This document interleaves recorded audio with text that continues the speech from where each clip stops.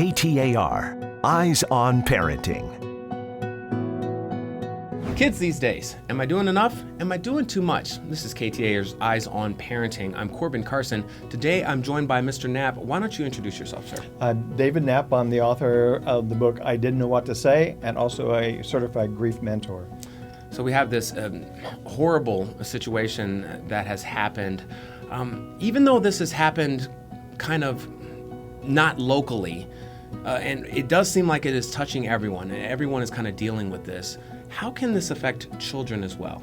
Oftentimes children can suddenly feel unsafe in the world, and one of the challenges we have as parents is to create an environment of safety and protection. And one recommendation, of course, is to have you might say a disaster. For example, if a monsoon comes or a flood comes, here's what our family would do, and you've got that to fall back on in a case like this to help the kids. Okay, we've got a plan. What about for kids that are hearing this about this incident on social media everywhere? There's such graphic details, or how do parents help explain this, especially to the smaller kids? Well, oftentimes with the smaller kids, the best thing to do is find out what do they know first, and don't try to force them to knowledge beyond what they might know and understand. And sometimes their questions are simple and can be answered with simple questions, and everything's fine. But the older kids, sometimes they've seen it or heard it, and it'd be best to have a candid conversation about what took place. Do parents need to be careful about how they themselves are processing? I mean, the news is on in the background while these kids are, and sometimes you forget the kids are even listening. Do parents need to be cognizant of that? Often kids will deal with tragedy, whether it be personal loss or death, or even a national thing somewhere else, by picking up their parents. They learn how to do that from parents. So yeah, how you as a parent respond to this tragedy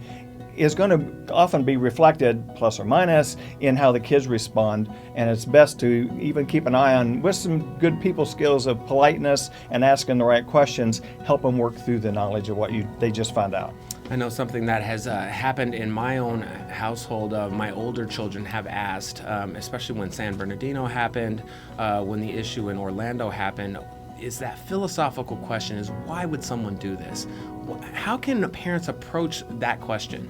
Oftentimes, honesty is the answer. If you don't know, just say, I don't know why someone would do that.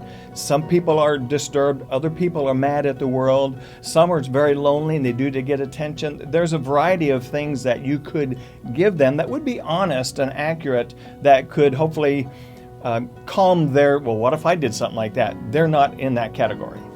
Well, there you have it. A sad day. Our thoughts are with those affected by this. I'd like to thank Mr. Knapp for joining us today. We'll see you next time, folks. Thank you.